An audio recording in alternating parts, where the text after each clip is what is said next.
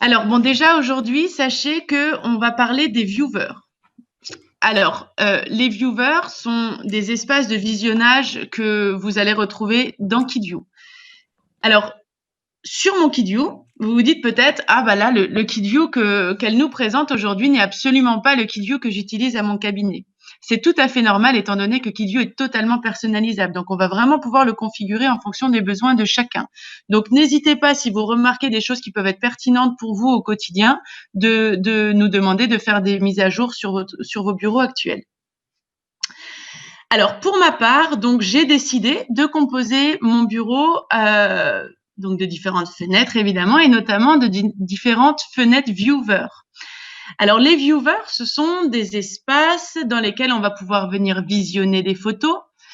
L'intérêt d'un viewer par rapport, vous allez me dire, bah alors pourquoi moi si je veux visionner ma photo, pourquoi est-ce que je ne double-cliquerai pas simplement sur ma photo de manière à ouvrir ma page Windows par exemple. Donc déjà, bon, on va perdre un petit peu de temps. Mais en plus, vous devez à chaque fois réouvrir une nouvelle fenêtre, etc. Cette photo, quand je décide de la mettre ici, je sais qu'elle va rester ici et qu'elle restera statique. Je peux sur cette photo également venir apporter un zoom sur un emplacement qui m'intéresse particulièrement. Alors, je vais me mettre plutôt sur une photo. Je vais venir la zoomer et je vais dire que voilà, cette zone, c'est quelque chose qui m'intéresse. Si je veux rester sur cette vue et que je veux venir faire défiler d'autres photos dans l'espace du bas, par exemple, je peux venir me servir de ces cadenas puisque je veux rester figé sur cette image. Il en est de même quand on utilise des deux vues. Donc, vous voyez, j'ai cliqué sur un nouvel onglet ici en bas à droite. Sachez que des viewers, on peut en avoir autant qu'on veut. Nous ne sommes absolument pas limités en termes de nombre de viewers. Après, à vous de voir jusqu'à combien c'est intéressant pour vous d'en utiliser. Ici, vous voyez que quand je suis passée sur mes deux vues, j'ai la possibilité d'avoir deux photos en simultané. Donc, vous allez me dire aussi, il y a d'autres moyens de comparaison de photos qui sont bien plus pertinents. Par exemple, quand je veux sélectionner cette photo et celle-ci et que je choisis un affichage en colonne, par exemple, et que je suis sur du full screen, évidemment, je vous dirais que c'est beaucoup plus intéressant si on veut être sur de la communication patient. Par contre, si je veux, pour moi, dans mon cadre clinique, avoir différentes informations sous les yeux, cette fonction sera la plus poussée. Donc, je veux que celle-ci reste sur cette zone. Je vais venir presser ici mon cadenas et ainsi de suite.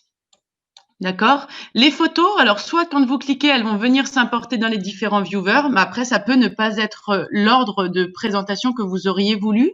Dans ce cas-là, ce que je vous conseillerais, c'est simplement de venir prendre une photo et de la glisser dans le viewer que vous souhaitez utiliser. Donc, voilà ce qu'il en est pour l'utilisation assez simple des photos. Aussi, je sais que c'est souvent le cas, vous voyez que dans votre dossier patient, vous avez un grand nombre de photos qui sont représentées par de petites vignettes et vous avez besoin de la voir en grand. C'est le meilleur moyen quand on veut venir faire défiler des photos. Alors, vous voyez qu'ici, par exemple, quand je clique, je vois simplement ma photo du bas défiler. Simplement parce que je ne suis pas venue ici décocher mon cadenas. Donc, maintenant que mon cadenas est décoché, ce viewer va à nouveau être accessible et donc switcher entre celui-ci et celui-là. Vous voyez qu'ici, j'ai deux vues. Et vous me direz, mais les photos ne sont pas venues dans les deux vues. Je demande à ce que mes photos viennent essentiellement s'importer dans les viewers visibles, ce qui me paraît absolument logique. Puisque si elles venaient dans cette case, ça serait absolument pas pertinent. Si cela vous arrive, si vous vous rendez compte que quand vous cliquez sur des photos, les photos viennent pas directement, c'est peut-être qu'en fait, elles viennent remplir un viewer qui n'est pas visible. Vous avez ici différents icônes tout en haut et vous avez le viewer. Alors, c'est ici qu'on va venir ajouter des viewers. Par contre, si on veut venir apporter des modifications à nos viewers, on va venir dans les paramètres. Dans nos paramètres, on aura ici affichage et viewer. Alors, pendant que je suis dans cet espace, je vais vous parler de différentes choses. Donc déjà, on a la possibilité de dire je ne veux que voir les viewers qui sont visibles. Je ne veux que mes photos s'importent dans les viewers visibles. Et on a ici aussi une fonction qui est très puissante, que que beaucoup de cabinets n'utilisent pas suffisamment, et notamment, je sais pourquoi. C'est vrai que c'est parce que pour ce cas, il faut que vos photos, vous suiviez des protocoles, etc., de manière à avoir toujours les mêmes types de vues. Donc, si en cas de l'orthodontie ou des cas esthétiques, on prend systématiquement des portraits face, des intrabuccales gauche, droite, etc., on va pouvoir se servir de cette fonction qui, dans mon viewer, nous permettra de retoucher des photos toujours de la même manière. L'intérêt, c'est que vous allez avoir une normalisation de toutes vos photos.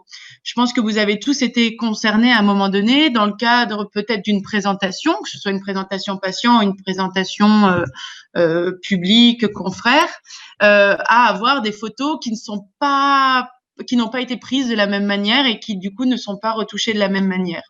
C'est grâce à cette fonction qui s'appelle Massico que nous allons pouvoir définir des zones de recadrage qui vous sont propres et qui vous permettront de recadrer en un clic toutes vos photos de la même manière. Donc, si votre photo a un mot-clé comme ici, par exemple, je sais que c'est un portrait profil, le viewer va être en mesure de détecter que c'est un portrait profil et donc d'adapter le quadrillage pour cela.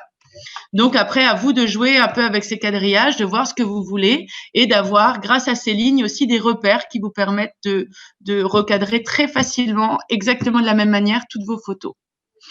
Alors, étant donné qu'on parle de recadrage et de retouche photo globale, sachez que c'est aussi à partir des viewers que vous allez pouvoir retoucher des photos. Dans KidView, la retouche photo va être plus ou moins basique, puisque notre but n'est pas de venir modifier des photos, les designer ou quoi que ce soit. Donc, ce qu'on va proposer dans KidView sera essentiellement donc des recadrages. On va venir, quand on a activé notre cadre ici, qui est le Massico, utiliser des petites flèches pour des légers ajustements à gauche, légers ajustements à droite, des grandes rotations. On va pouvoir se servir ici des effets miroirs, d'accord? Ça, c'est quelque chose par lequel vous êtes tous concernés. Vous prenez vos photos avec des miroirs, donc elles sont inversées. C'est cette option. On va avoir également ici une petite palette couleurs. Alors, quand vous ouvrez cette palette, vous pouvez vous mettre en plein écran aussi pour que ce soit plus pertinent. Vous allez voir que vous avez différents onglets de retouche photo. Donc là, à vous de naviguer là-dedans et de vous approprier les différents systèmes de retouche photo. C'est des modules, globalement, Photoshop, etc., qui généralement permettent de revenir à des teintes correctes, etc. Donc, je valide. Donc, restons-en là pour l'instant.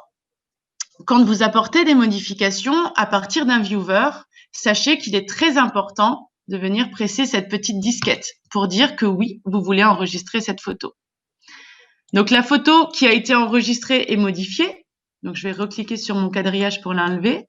Je demande à ce que cette photo soit visible ici. On voit qu'elle a été modifiée. Sachez qu'à tout moment, vous pouvez revenir à la photo originale en sélectionnant celle que vous souhaitez rééditer globalement.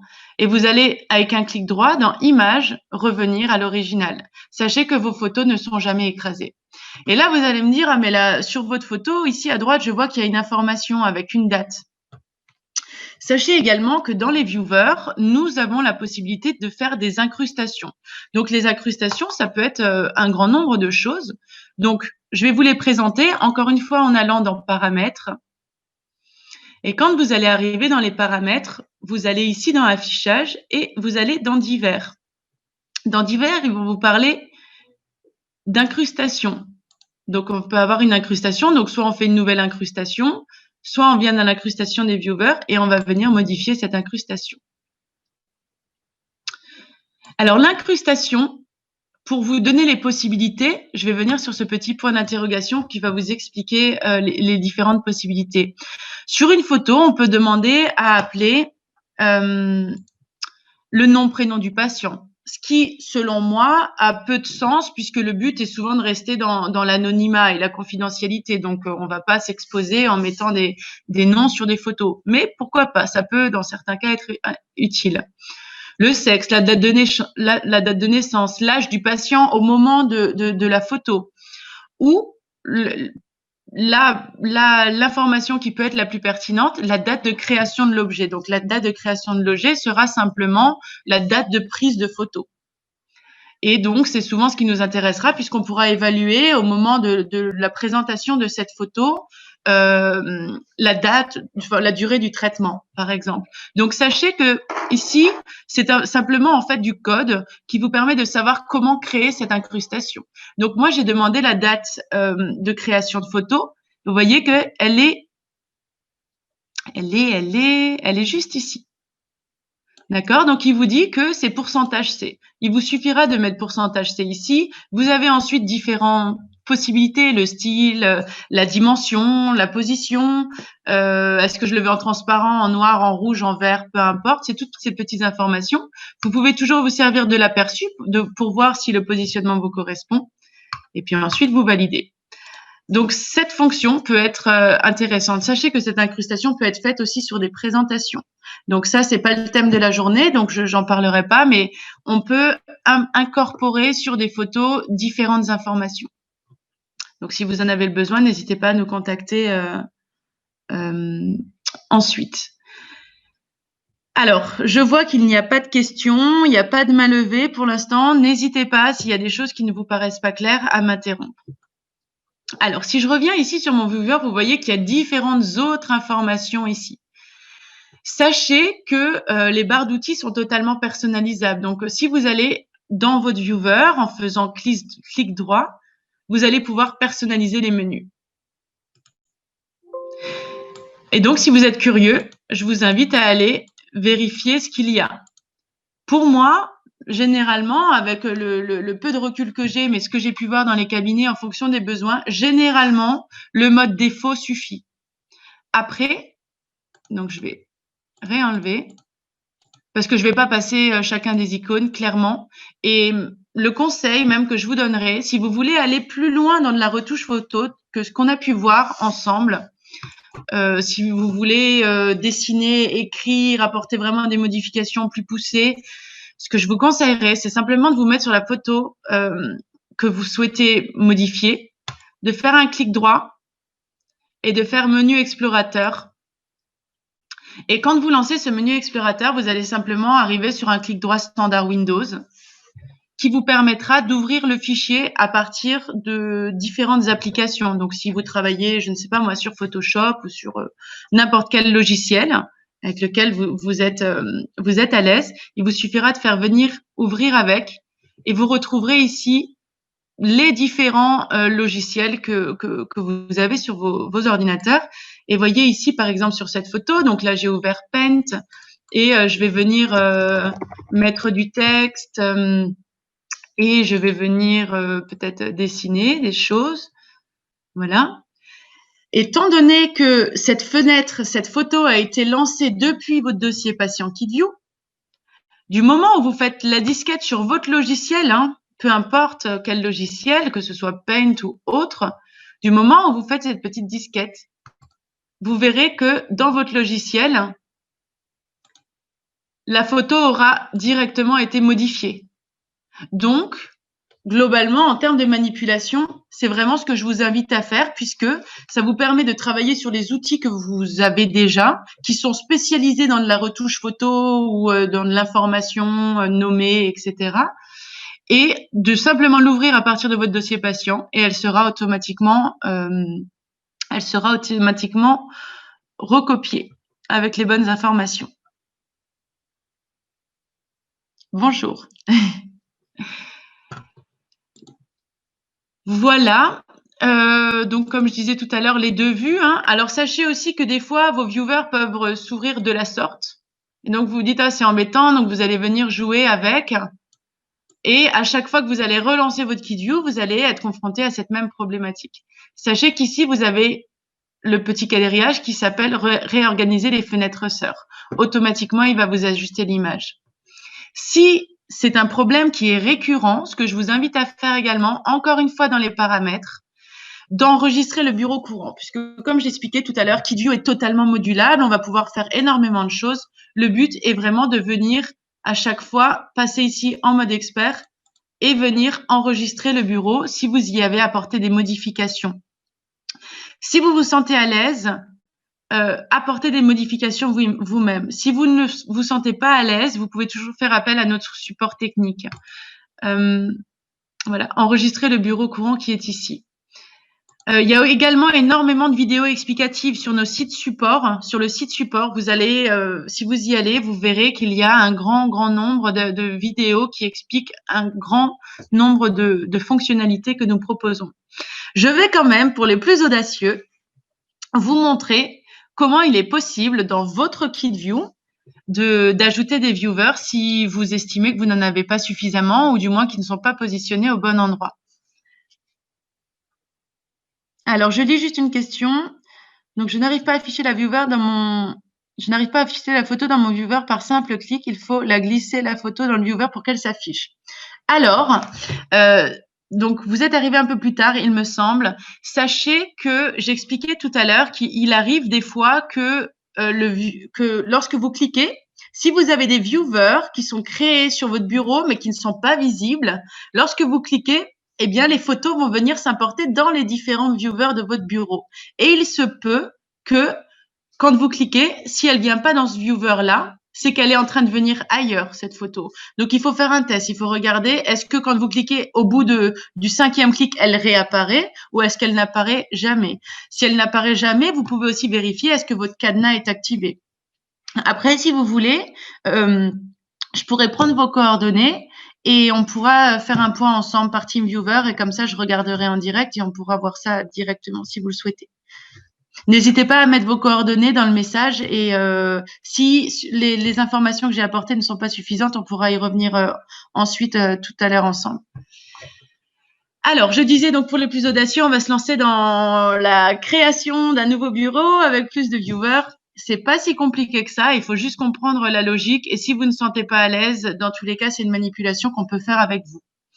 Alors, pour ce faire, il faut toujours être en mode expert. Du moment où vous voulez apporter quelconque modification sur votre bureau, il faut que vous soyez en mode expert. Donc, pour cela, c'est paramètres, administration générale, mode expert.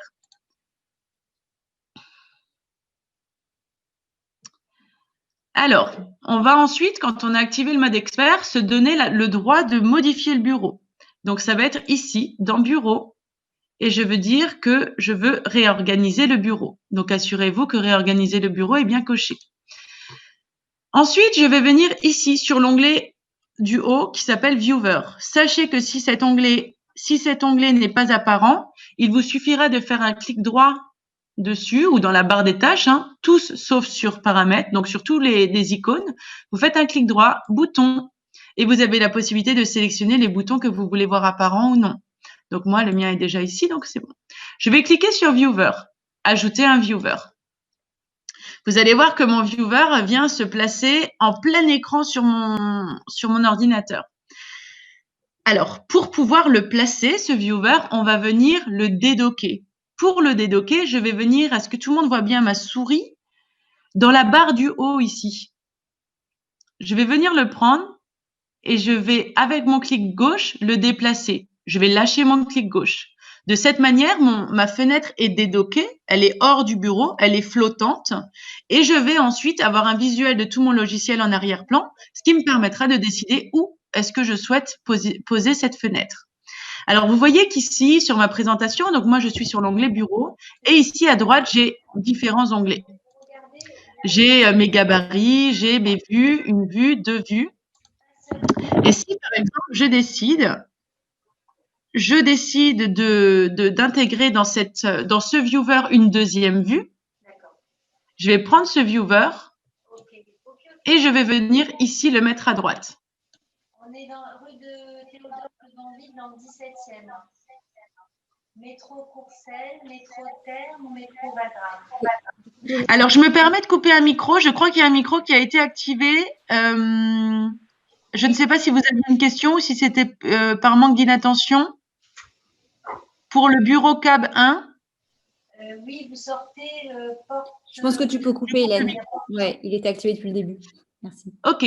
Donc, vous voyez qu'en positionnant mon viewer sur la flèche de droite, je vais le refaire, on décide où on va le mettre. Alors, pour vous expliquer très rapidement, quand vous avez ces fenêtres, vous voyez bien qu'en fait, ici, cette petite croix ça apparaît dans les différentes fenêtres, puisque KitView est un ensemble de plein de fenêtres qu'on compose absolument comme on le souhaite.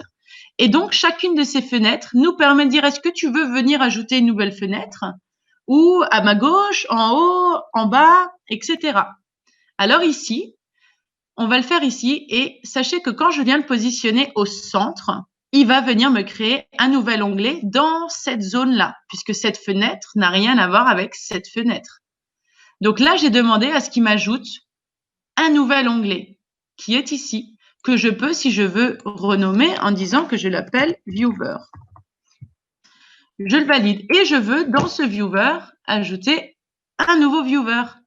Je vais faire exactement la même démarche que tout à l'heure. Je vais lancer mon Viewer, je vais le prendre avec mon clic gauche, le dédocker et je vais le prendre et je vais dire que, eh bien, je veux l'ajouter à droite.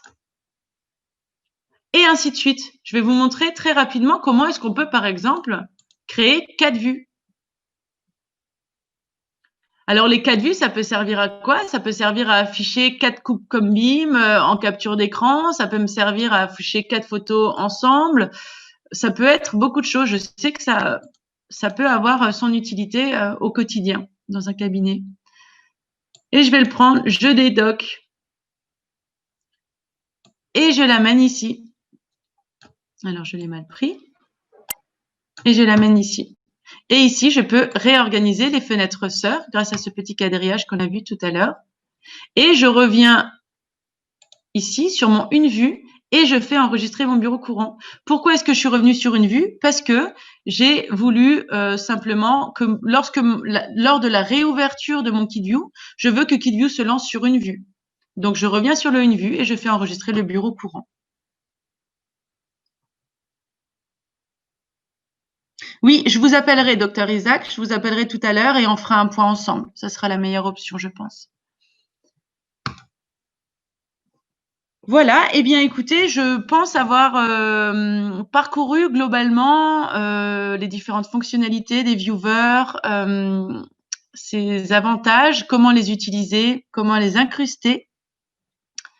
Voilà, après je tiens à dire aussi que donc les viewers, c'est bien. Pour moi, il faudrait que les viewers soient essentiellement pour votre confort à vous, pour figer des images, pour avoir différentes vues sous les yeux, pour vous en servir comme ça, mais plutôt privilégier des outils de communication pure patient, comme les diaporamas, les comparateurs, les présentations fixes, etc., que de se servir des viewers pour communiquer, puisque quand vous êtes sur vos viewers, vous avez également un grand nombre d'autres informations sur votre écran, comme le nom des patients, le nom des autres patients, toutes les photos, etc. Donc, les viewers sont essentiellement pour le confort du praticien ou du cabinet dans sa globalité, mais moins pour la communication patient, selon moi. Après, si vous avez l'habitude de fonctionner comme ceci et que ça vous convient, soit. Voilà, donc j'ai fini la présentation. Si vous avez des questions, n'hésitez pas à intervenir par chat ou en désactivant votre micro.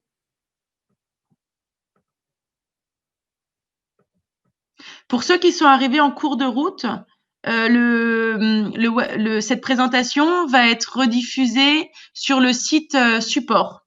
Le site support auquel vous avez accès depuis KitView grâce à Aide, support formation. Voilà. Et également peut-être sur notre page Facebook qui s'appelle KitView, que d'ailleurs je vous invite vivement à suivre. Donc elle est toute nouvelle cette page et on aurait besoin du soutien de nos clients et de vos amis, enfin n'importe, voilà, simplement le soutien de la communauté Facebook pour nous donner un coup de pouce et nous accompagner. Et voilà.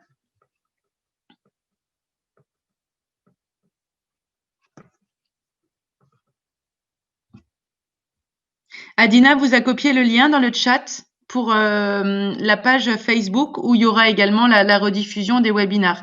Sachez que le but est aussi à terme que chacune de ces présentations soit également publiée sur notre page Facebook, ce qui peut vous éviter dans certains cas de vous connecter sur la réunion et d'avoir accès depuis votre smartphone, depuis n'importe où.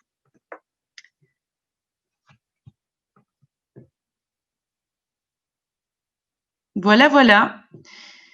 Eh bien, écoutez, si vous n'avez pas de questions, on va peut-être arrêter cette réunion.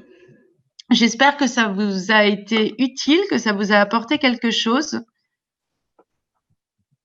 Alors, comment on coupe une photo? Et en plus, vous me rappelez quelque chose, effectivement, j'ai passé tous les icônes, mais il en manque un. Alors, pour couper une photo, ça dépend ce que vous appelez par couper une photo. Tout à l'heure, on voyait que ici, donc on a ce recadrage. Quand on clique sur ce quadrillage, je vais pouvoir zoomer, je vais pouvoir faire des petits ajustements, etc. Et quand elle est, voilà, je veux la garder sous ce biais-là, je vais venir ici presser la disquette. D'accord? Lorsque vous pressez votre disquette, automatiquement, la photo va être rognée. Il y a également un autre moyen de faire. Ici, si vous faites un clic droit dans Viewer, si vous n'avez pas la même possibilité que moi, vous avez ici personnaliser les menus. Et vous avez, alors il me semble que c'est un recadrage. Non, c'est pas recadrage. Sélection. Sélection. Et ici, vous avez également quelque chose qui s'appelle rectangle. Je veux définir cette zone. Je veux que ce soit cette zone qui soit coupée. Je la sélectionne. Je peux la redéplacer et je fais la disquette. Alors, ah non, alors c'est pas celui, oh, pardon. C'est pas celui-ci parce qu'il y ressemble fortement. Alors, c'est pas celui-ci, c'est, est-ce que c'est dans le général? Non. Dessin dans l'image, peut-être. Ouais, c'est dans l'image, excusez-moi. En fait, c'est ce quadrillage-là que je voulais vous présenter. Alors, je vais le mettre ici. Et on va servir, par exemple, de cette vue. Personnaliser les menus. Image. Et vous avez ici. Alors, attendez. Parce que là, du coup, moi, il n'était pas paramétré comme je le voulais. C'est une autre option. Donc, ça serait ce quadrillage et ensuite le massicot. Voilà. Alors, je suis désolée, ça a été un peu brouillon. Donc, comme certains le savent aussi, moi, j'ai réintégré la société très récemment. Donc, il y a certaines choses qui ont été modifiées, placées différemment, donc que je redécouvre au fur et à mesure. Donc, je vais vous le refaire clairement. Pour que, donc, sachez que toutes les informations que vous retrouverez au-dessus de ce viewer sont totalement personnalisables. Pour ce faire, vous faites un clic droit, personnaliser les menus. De base, vous êtes généralement avec le mode défaut, qui dans la plupart du temps peut convenir. Là, pour avoir les deux autres options, vous allez faire image et sélection. Quand vous avez sélectionné image et sélection, vous avez toutes ces informations. Je vais, grâce à ce rectangle, sélectionner une zone, celle qui m'intéresse. Et je vais ensuite venir presser ici ce qu'on appelle le massicot. Lorsque vous avez pressé le massicot, vous allez faire la disquette pour enregistrer. Il y a aussi donc le mode que je vous ai présenté tout à l'heure, ici, avec ce quadrillage, qui est beaucoup plus intelligent, beaucoup plus puissant du moment où vous l'avez paramétré. D'accord? Puisqu'il va savoir détecter est-ce que c'est un portrait face, est-ce que c'est un portrait profil, est-ce que c'est une intrabuccale gauche, une intrabuccale droite, ce qui vous permet de toujours recadrer exactement de la même manière vos photos. Vous pouvez placer vos propres repères. Cette fonction est très puissante. Et comme je disais, pour la paramétrer comme bon vous semble, vous allez dans Paramètres,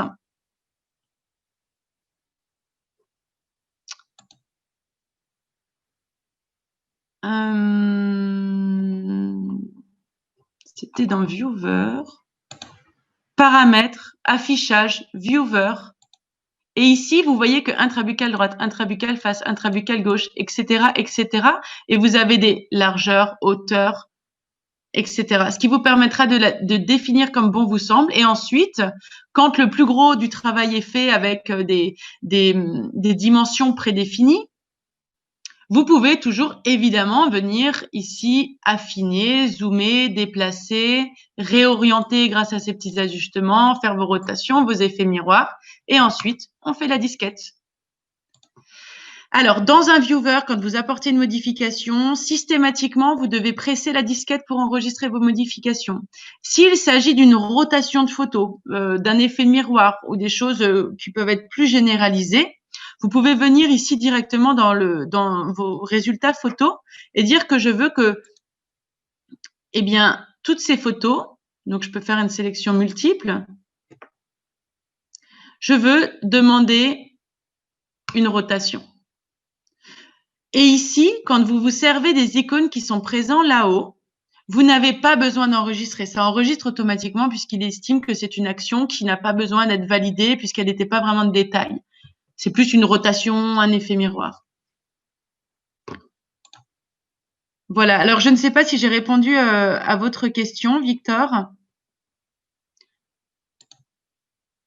Il y a différents moyens de faire. Il faut que vous trouviez la fonction qui est la plus adaptée à vos besoins. En fonction, si vous faites des protocoles photo, pas typiquement ortho ou autre, où on va pouvoir prédéfinir des redimensions et des normalisations de photos grâce au Massico, ici. Ou alors, si c'est plus aléatoire et que vous voulez vous servir simplement du rectangle et ensuite du Massico. Je le rappelle encore une fois, quand vous modifiez une photo, que vous faites une erreur, vous vous rendez compte que c'est une catastrophe et que vous avez écrasé votre photo, pas de panique, clic droit, image, revenir à l'original. Vos photos ne sont jamais écrasées. Vous pouvez aussi, il me semble, alors je vais faire un petit peu un test avec vous. Vous voyez, ici, c'est rectangle qui m'intéresse.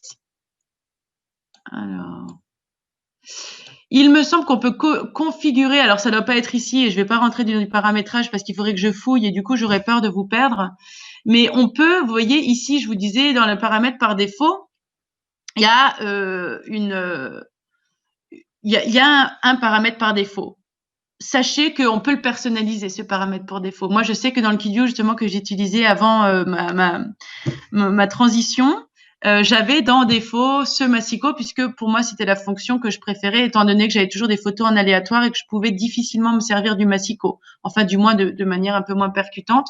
Et je préférais utiliser le rectangle et ensuite ce petit coupe rectangle qui s'appelle aussi Massico en dessous. Voilà, donc sachez qu'il y a plein de possibilités. Surtout, n'hésitez pas quand vous avez des questions, des choses que vous ne savez pas, à aller sur le site web, à regarder sur des vidéos explicatives sont existantes pour ces fonctions. Et puis, si vous ne trouvez pas les réponses à vos questions, à faire appel à nos services pour qu'on vous accompagne là-dedans.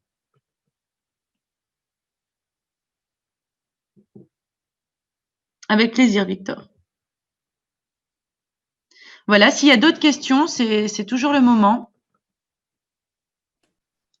Alors, si ça va pour tout le monde, je vais me permettre d'arrêter cette réunion en vous souhaitant à tous une excellente journée et en espérant vous avoir apporté quelques petites connaissances supplémentaires sur Kidio.